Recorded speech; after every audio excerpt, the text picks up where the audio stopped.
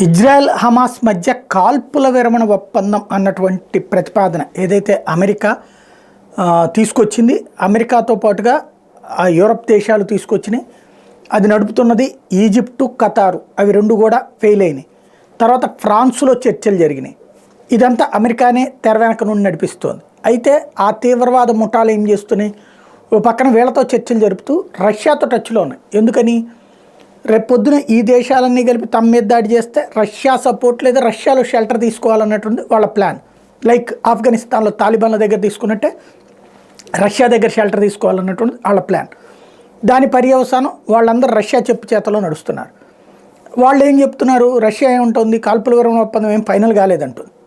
Israel కూడా final కాలేదంటుంది.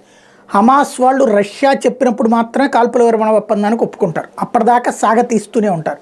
ఇటు ఇజ్రాయెల్కి కూడా అదే కావాల్సింది. కాల్పుల విరమణ ఒప్పందం ఎంత లేట్ అయితే అన్ని రోజుల పాటు తను నిర్మోహమాటంగా యుద్ధం చేయొచ్చు. అందుకని అది ఇష్టం లేదు. కానీ అమెరికా అధ్యక్షుడు బైడెన్ మాత్రం గట్టిగా నమ్మబలుకుతున్నాడు. సోమవారం నుండినే కాల్పుల విరమణ ఒప్పందం అమల్లోకి వచ్చేటటువంటి అవకాశం ఉందని నమ్మమంటున్నాడు.